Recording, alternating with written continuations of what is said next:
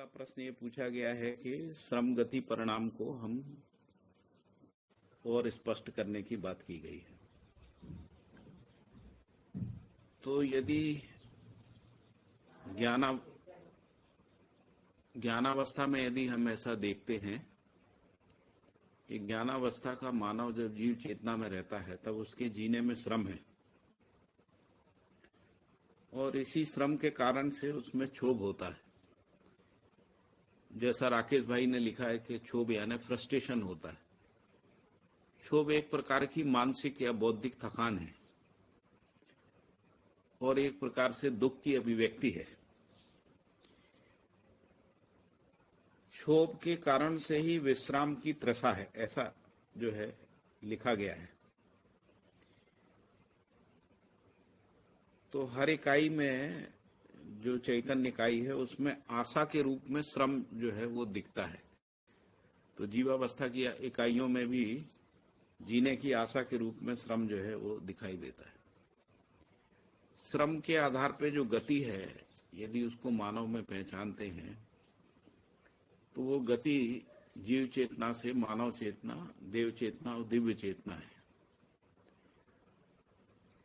यदि मानव चेतना में संक्रमण नहीं होता है तो कोई गति नहीं है, फिर वहीं तक है, जीव चेतना तक ही है। तो इसी तरीके से जो पहले भी बताया था कि पदार्थावस्था, प्राणावस्था, जीवावस्था और ज्ञानावस्था में क्रमशः श्रम बना रहता है। और इसीलिए इस अध्याय के अंत में पृष्ठ 15 पे लिखा है पदार्थावस्था प्लस श्रम बराबर प्राणावस्था। तो ये जो श्रम की निरंतरता है वो क्रमशः बनी रहती है, भ्रमित ज्ञानावस्था तक बनी रहती है। और जैसे ही भ्रमित ज्ञानावस्था से ज्ञानावस्था में मानव चेतना में संक्रमण होता है, श्रम का विश्राम हो जाता है। फिर जीने में कोई श्रम नहीं है। जीने में श्रम नहीं है तो मानव से देव मानव और फिर दिव्य मानव के रूप में संक्रमण होता है और दिव्य मानव के बाद परिणाम आचरण की निरंतरता के रूप में निरंतर बना रहता है, जिसको हम लोग आचरण पूर्णता भी कह रहे हैं। और इसी प्रकार से प्राणावस्था में श्रम बना रहता है, उसके कारण से अग्रिम गति के रूप में जो है वो जीवावस्था है। जीवावस्था में श्रम है, उससे अग्रिम गति के रूप में ज्ञानावस्था है। तो इस तरीके से श्रम गति परिणाम सिद्धांत है सभी इकाइयों में बना रहता है, सभी रचनाओं में बना रहता है। इसीलिए मध्यस्थ दर्शन में जो अध्ययन बिंदु हम लोगों ने पढ़े थे परसों, मध्यस्थ दर्शन के मूल तत्व, तो इन मूल तत्वों में सिद्धांत के बारे में भी पढ़ा था। तो सिद्धांत के रूप में यही लिखा है कि श्रम गति परिणाम ही सिद्धांत है, यानी श्रम गति परिणाम की निरंतरता हर इकाई में, हर अवस्था में, हर पद में देखने को मिलती है ना। इस रूप में श्रम गति परिणाम को समझा जा सकता है। दूसरा प्रश्न था अंतर्निहित अग्नि के संबंध में, जो यूरेनियम में किस प्रकार इसको समझ सकते हैं। मुझे लगता है कि राकेश भाई ने जो जवाब दिया है, उत्तर दिया है, वो काफी सटीक है। तीसरा प्रश्न है कि किरण कोई क्रिया है क्या, तो वो भी राकेश भाई ने उत्तर दिया है कि किरण कोई क्रिया नहीं है, लेकिन किरण जो है वो क्रिया को प्रभावित करती है, क्रिया के ऊपर उसका प्रभाव बना रहता है। जैसे पृथ्वी की क्रिया है या सूर्य की क्रिया है या पेड़ पौधों की क्रिया है या परमाणु की क्रिया है या मणियों का क्रिया है, उसमें किरण को ग्रहण करने की, यानी जो अग्नि है, ताप है, उसको ग्रहण करने की प्रवृत्ति के रूप में उसका पहचान होता है। फिर एक प्रश्न है कि परमाणु में प्राणमय कोश में प्रेरणा अस्वीकार करना किस प्रकार होता है। तो इसका उत्तर तो यही है कि किसी में भी प्रेरणा को अस्वीकार करना होता ही नहीं है ना। परमाणु में भी प्राणमय कोश नित्य प्रभावी बना रहता है, इसलिए परमाणु के अंश और परमाणु में प्रेरणा की निरंतरता बनी रहती है, जो प्राणमय कोश के रूप में ही है।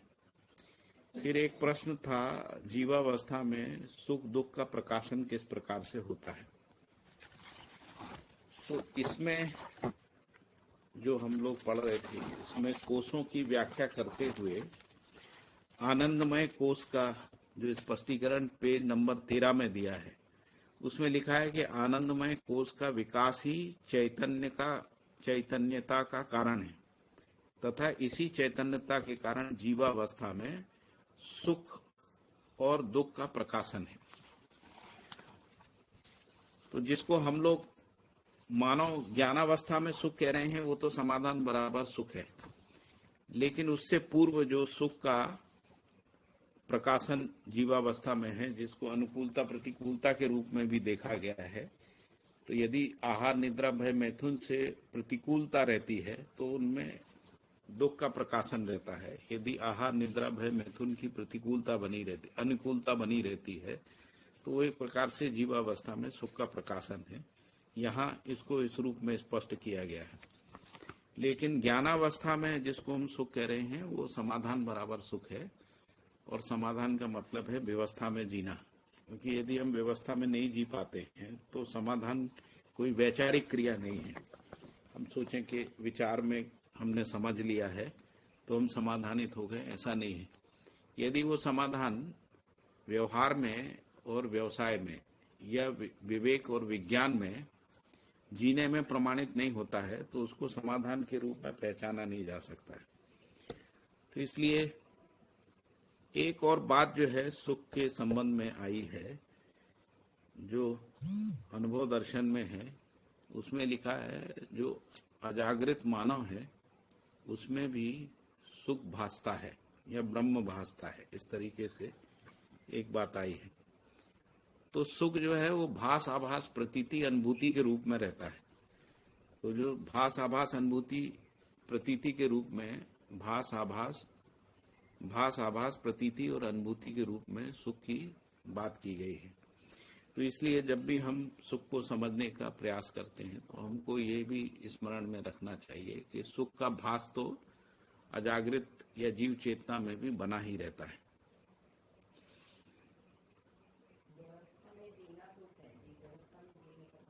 तो इसलिए व्यवस्था में जी के ही सुख प्रमाणित होता है, सुख का प्रमाण आता है।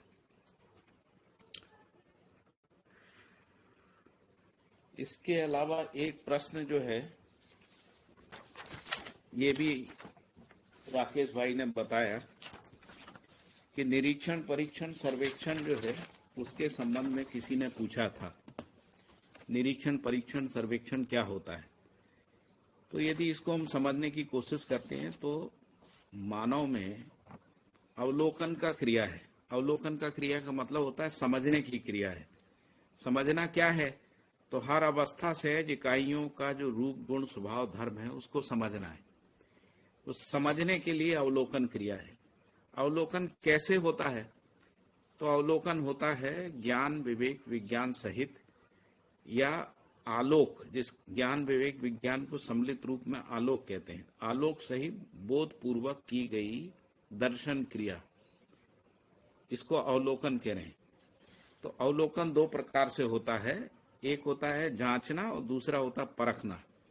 तो जांचने का मतलब होता है निरीक्षण परीक्षण सर्वेक्षण, इन तीनों को मिला के हम कहते हैं जांचना। और परखने का मतलब होता है निरीक्षण परीक्षण सर्वेक्षण सहित पहचान प्रस्तुति, है ना।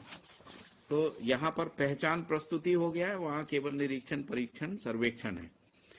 निरीक्षण का अर्थ क्या है, तो निरीक्षण का अर्थ है निश्चय पूर्ण स्पष्ट स्थिति गति दर्शन, इस रूप में निरीक्षण होता है।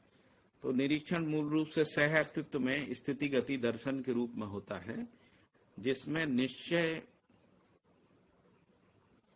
निश्चय पूर्ण क्या है, तो निश्चय पूर्णता का मतलब है सह अस्तित्व के दृष्टिकोण से ही स्थिति गति दर्शन हो सकता है। यदि आदर्शवादी और भौतिकवादी दृष्टिकोण से हम करेंगे तो स्थिति गति का दर्शन नहीं हो सकता है। स्थिति का कोई अनुमान होगा और गति जो है वो आंशिकता में समझ में आएगी, अपूर्णता में समझ में आएगी, है ना। यदि हम भौतिकवादी दृष्टिकोण से केवल क्रिया को समझते हैं या क्रिया का निरीक्षण करते हैं तो क्रिया पूर्णता में स्पष्ट नहीं होती है। आदर्शवाद में क्रिया की उपेक्षा है, तो क्रिया शून्यता की ओर या शून्य में जाना या शून्य में विलय हो जाना, इस तरीके की कल्पनाएं की गई हैं, जो एक प्रकार से स्थिति की कल्पना के रूप में है। उसमें बहुत स्पष्टता देखने को नहीं मिलती है, क्योंकि जो दर्शन क्रिया है, यानी जो समझने की क्रिया है, वो तो क्रिया के अंदर ही हो सकती है, क्योंकि समझने वाला भी स्वयं में एक क्रिया है। इसीलिए मानव को ही समझने वाला या मूल रूप से जीवन को समझने वाली इकाई के रूप में पहचाना गया है। जीवन में भी समझने की क्रिया मूल रूप से ज्ञानावस्था के मानव में ही हो सकती है। फिर परीक्षण क्या है? तो परीक्षण का मतलब है क्यों, कैसे और कितना का आकलन विधि। यानी जो वस्तु है, जो भी वस्तु है, जो भी क्रिया है, क्यों है, कैसे है और कितना है, इसका जो आकलन हम करते हैं, इसको हम परीक्षण कह रहे हैं। परीक्षण एक प्रकार का स्पष्टीकरण व चित्रण है, और दूसरे तरीके से देखें तो परीक्षण पूर्वक ही ज्ञानार्जन होता है। ज्ञानार्जन का मतलब है कि हमको दर्शन के रूप में वस्तुएं स्पष्ट होती हैं, है ना। दर्शन में हम क्या दर्शन करते हैं? तो वस्तुगत सत्य का दर्शन करते हैं, जो रूप गुण स्वभाव धर्म है। वस्तु स्थिति का दर्शन करते हैं, जो देश काल दिशा है। और इसके बाद जो स्थिति सत्य है, उसकी अनुभूति होती है ना। तो इस रूप में ज्ञानार्जन का क्रिया जो है जीवन में होता है, जो परीक्षण पूर्वक होता है। परीक्षण से दर्शन और अनुभूति के रूप में उपलब्धि होती है। तीसरा जो शब्द आया है, जो सर्वेक्षण है, तो सर्वेक्षण का मतलब होता है सर्व में आधिकारिक रूप से निरीक्षण परीक्षण करना। तो निरीक्षण परीक्षण पूर्वक हम जो है सर्व का अनुमान लगाते हैं, है ना। जैसे हम मानव में देखते हैं कि हर मानव सुखी होना चाहता है, तो ये हर मानव में सुखी होने को पहचानने के लिए सर्वेक्षण एक विधि है।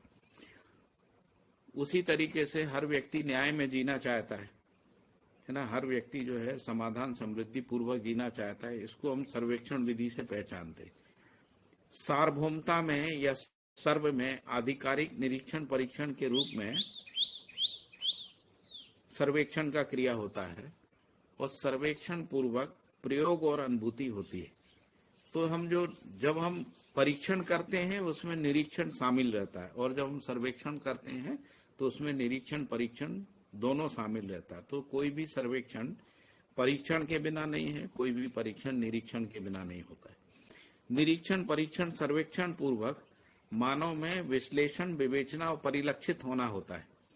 तो विश्लेषण का मतलब है अनेक प्रकार से, अनेक कोणों से परीक्षण किया गया सत्यापन, और विवेचना का मतलब है अनेक दिशा, अनेक कोण से परीक्षण पूर्वक समाधानकारी सूत्र सहित लक्ष्य को पहचानना। विश्लेषण और विवेचना पूर्वक ही मानव में परिलक्षित होना, यानी लक्ष्य का पहचान होना, दिशा का पहचान होना, है ना, ये स्पष्ट होता है।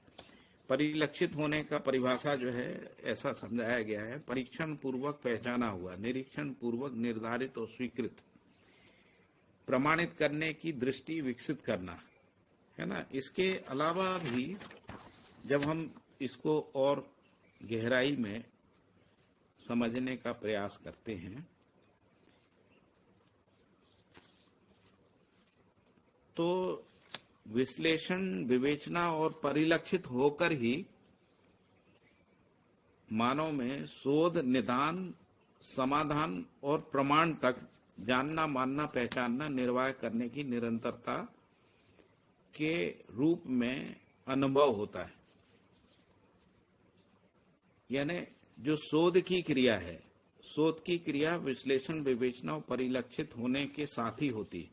शोध पूर्वक ही निदान जो है स्पष्ट होता है, शोध और निदान पूर्वक ही समाधान और प्रमाण की स्पष्टता होती है। तो विश्लेषण विवेचना परिलक्षित होना, शोध, निदान, समाधान और प्रमाण के रूप में मूल रूप से जो क्रिया है वो अवलोकन ही है। अवलोकन पूरा होने से मानव पारंगत हो जाता है। पारंगत होने का मतलब है जागृत मानव का प्रमाण प्रस्तुत करना, इसको पारंगत या पारंगतता कहते हैं। परीक्षण निरीक्षण पूर्वक प्रमाण सहित सच्चाइयों को बोध कराना, ये भी पारंगत होने या पारंगतता का प्रमाण है ना। तो तो हुई, जितने भी प्रश्न आए थे उसके संदर्भ में कुछ बात हुई। मैं सृष्टि दर्शन के बारे में कुछ और भी बातों को कहना चाहता हूं। जैसा कि इसके पहले ही सूत्र में लिखा है, मानव ने सृष्टि दर्शन की कामना और प्रयास किया। यदि हम इसको समझने की कोशिश करते हैं तो हमको ये पता लगता है, मानव ने विगत में, जिसको हम लोग भारत में आदर्शवादी चिंतन कहते हैं, आदर्शवादी चिंतन में अधिदैवीवाद, अधिभौतिकवाद और आध्यात्मवाद इस तरीके से है। अधिभौतिकवाद में, जिसमें न्याय, वैशेषिक, सांख्य, ये 3 दर्शन है। अधिदैवीवाद जो है उसमें जैमिनी का जो मीमांसा दर्शन है उसको अधिदैवीवाद कहते हैं, जिसमें देवी देवताओं से जगत की उत्पत्ति की बात की गई है। सांख्य दर्शन, वैशेषिक और इन सब में ब्रह्म से जगत की उत्पत्ति की बात की गई है।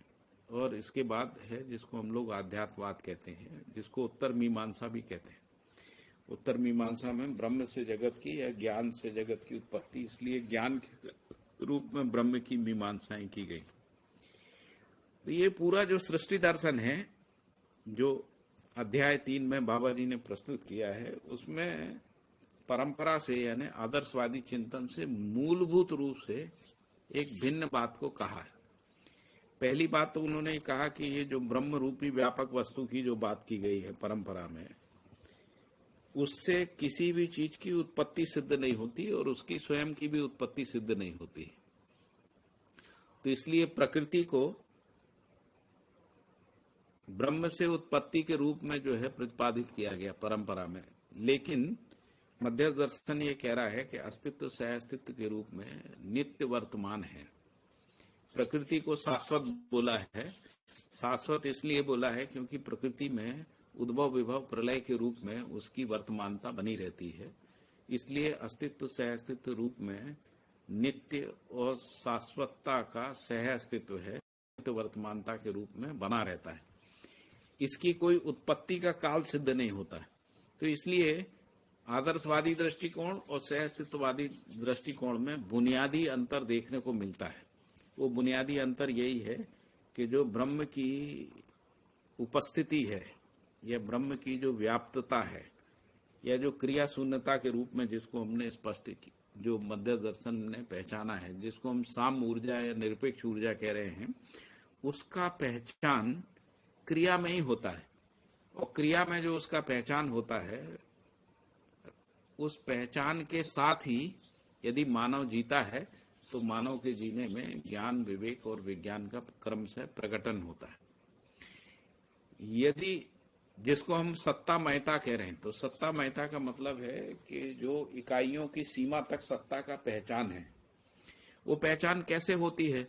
तो जो प्रकृति है वो व्यापक वस्तु है ना, जैसे ऊर्जा संपन्नता जिस रूप में हम पहचानते हैं, तो ऊर्जा संपन्नता का कारण व्यापक वस्तु है। व्यापक वस्तु साम ऊर्जा है। उस साम ऊर्जा में सभी इकाइयां उसमें डूबी भीगी घिरी हुई हैं, इसलिए जड़ प्रकृति में उसको हम ऊर्जा संपन्नता के रूप में पहचानते हैं। इसी को चैतन्य प्रकृति में ज्ञान संपन्नता के रूप में पहचानते हैं। इससे व्यापक वस्तु की पारगामिता जो है वो सिद्ध होती है और व्यापक वस्तु ही निरपेक्ष ऊर्जा से ही सापेक्ष ऊर्जा जो है, सापेक्ष ऊर्जा का जो कारण है वो निरपेक्ष ऊर्जा जो है सिद्ध होता है। इसमें ये कहा गया कि विज्ञान के लिए तो अभी तक ये सब चीजें अज्ञात ही हैं।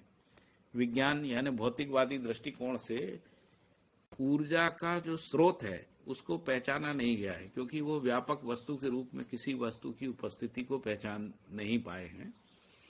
इसलिए वैज्ञानिक दृष्टिकोण में केवल क्रिया का अध्ययन किया गया है और क्रिया व्यापक वस्तु में क्रिया का अध्ययन नहीं करने से, ना हो पाने के कारण से क्रिया की पूर्णता का अनुमान नहीं लगता है। और जब क्रिया की पूर्णता का अनुमान नहीं लगता है तो उससे उसकी लक्ष्य और दिशा का भी निर्धारण नहीं होता है। जैसे भौतिक क्रिया पूर्ण में गर्भित होने के कारण उसमें पूर्णता की ओर गतिशीलता है, उसी के कारण से परमाणु जो है विकास पूर्वक चैतन्य परमाणु के रूप में गठन पूर्णता को प्राप्त करता है। इसी तरीके से यदि भौतिक रासायनिक संसार जो है वो भी पूर्णता में है, व्यापक वस्तु में डूबा भीगा घिरा हुआ है, इसलिए उसमें पूर्णता की ओर गति है ना, जिसको हम लोग कहते हैं कि प्रकृति स्थितिशील है। स्थितिशील का मतलब है उसमें विकास की ओर प्रवृत्ति है, लाक्षणिकता है, और उसी लाक्षणिकता को हम पदार्थावस्था, प्राणावस्था, जीवावस्था और ज्ञानावस्था के रूप में भौतिक रासायनिक संसार के उसमें देखते हैं। इसमें भी जीवावस्था और ज्ञानावस्था में जो गठनपूर्ण परमाणु है उसकी उपस्थिति रहती है। यदि हम जीवावस्था और ज्ञानावस्था के शरीर तक यदि हम देखते हैं तो दोनों शरीर प्राणावस्था की ही इकाइयां हैं। तो जब शरीरों में जीवन, जिसको इसी अध्याय में कहा गया कि जो अंडा जो पिंडज संसार है, जहां से जीवावस्था है, जहां से शरीरों में आशा के रूप में जीवन के होने को पहचाना जाता है ना, जिसको हम जीने की आशा भी कह रहे हैं। तो जीवावस्था भी पूर्णता में होने के कारण से उसमें पूर्णता की प्रवृत्ति है, यानी जो चैतन्य इकाई है, चैतन्य इकाई भी पूर्ण होना चाहती। इसी पूर्णता को जागृति क्रम और जागृति के रूप में पहचाना गया है। तो जीवावस्था में जागृति जो है वो आंशिक रूप में रहती है और यही जागृति आचरण पूर्णता में पूर्ण हो जाती है ना। तो उससे पहले तक मानव में जागृति होती है और जागृति जो है क्रम से पूर्णता को प्राप्त करती है, जिसको हम लोग जागृति पूर्णता कह रहे हैं। तो इसलिए हम यहाँ पर जब क्रियाओं का विश्लेषण पढ़ते हैं या हम इन क्रियाओं का अवलोकन करते हैं, वो सह अस्तित्व में ही अवलोकन की क्रिया हो सकती है। सह अस्तित्व को छोड़ के हम क्रिया को समझने की कोशिश करते हैं, यानी भौतिकवादी दृष्टिकोण से जब हम यहाँ के क्रियाओं को समझने का प्रयास करते हैं तो अस्पष्टता आ जाती है। इसलिए भौतिकवादी नजरिए को त्याग कर ही हम सृष्टि दर्शन यानी सह अस्तित्व में स्थिति गति दर्शन जो है वो हम कर सकते हैं। और यह स्थिति गति दर्शन जो है संपूर्ण पदार्थ जो चार पद और चार अवस्थाओं में है, उनके अंदर होने वाले क्रियाकलाप को हम स्थिति गति की निरंतरता में समझ सकते हैं। उसी को यहाँ व्याख्यायित और विश्लेषित किया गया है और विवेचित किया गया है।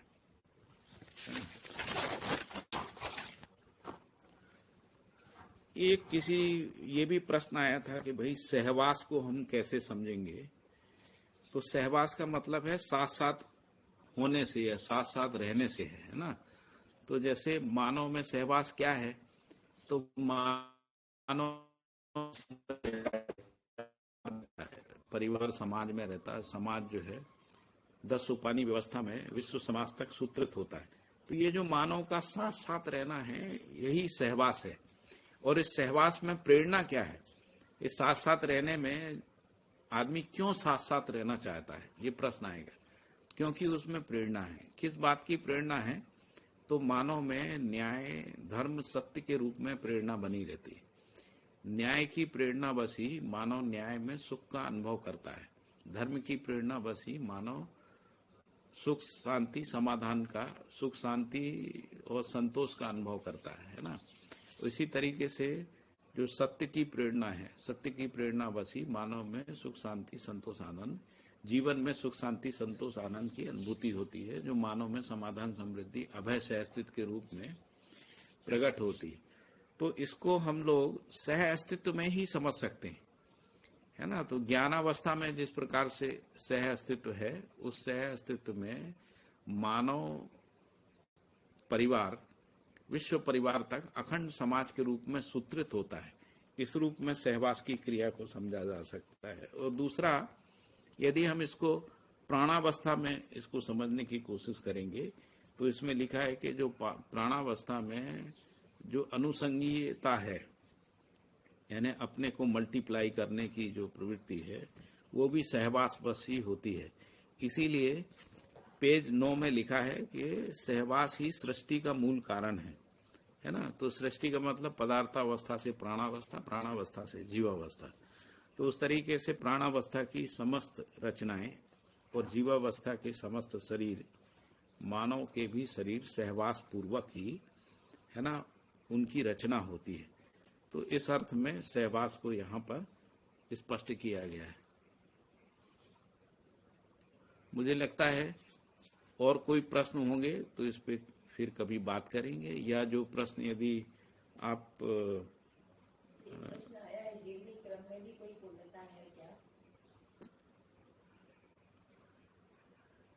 जीवनी क्रम में भी कोई पूर्णता है?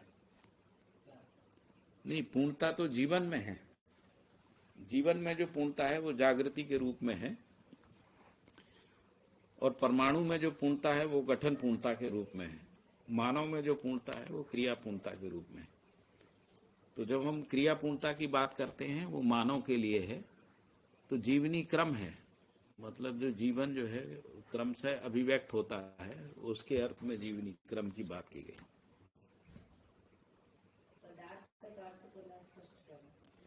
पदार्थ का अर्थ जैसा इस परिभाषा में लिखा हुआ है, पद भेद से अर्थभेद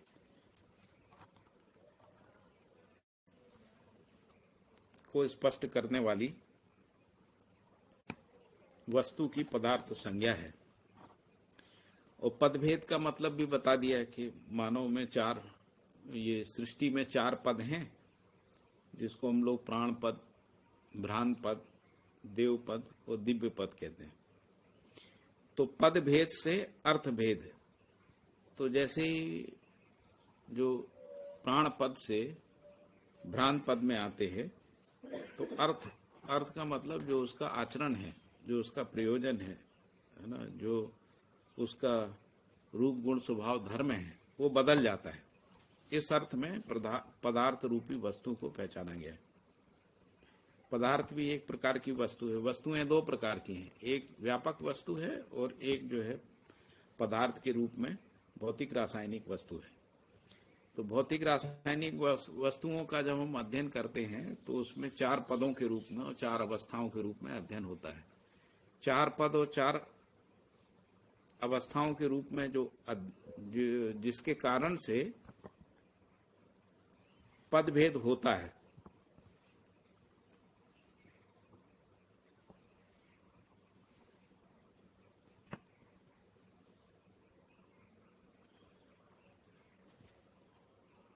तो जो पदार्थ है, जब वो व्यापक वस्तु से प्रेरणा को ग्रहण किए रहता है, उसके कारण से पदभेद से अर्थभेद जो है वो विकास पर्यंत, जागृति पर्यंत है ना, वो बना रहता है इस रूप में। तो इसीलिए जो वस्तु का अर्थ है वस्तु का अर्थ वास्तविकता ही है। तो वस्तु का अर्थ वास्तविकता तब होता है जब हम व्यापक वस्तु में क्रियाशील वस्तुओं को देखते हैं, तो उसमें जो वास्तविकताओं का प्रकाशन होता है उसको वास्तविकता कह रहे हैं, क्योंकि वस्तु का जो अर्थ है वो वास्तविकता के रूप में होता है, और वास्तविकता जो है रूप गुण स्वभाव धर्म के रूप में रहती है। तो इस अर्थ में हम लोग वास्तविकता को पहचानते हैं।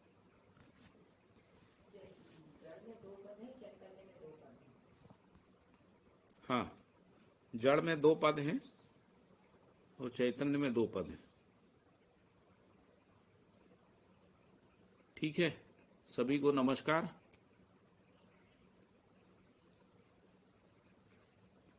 कोई और प्रश्न हो तो बता सकते हैं, पूछ सकते हैं। चैटिंग में दिखता है मुझे प्रश्न, यदि कोई आता है।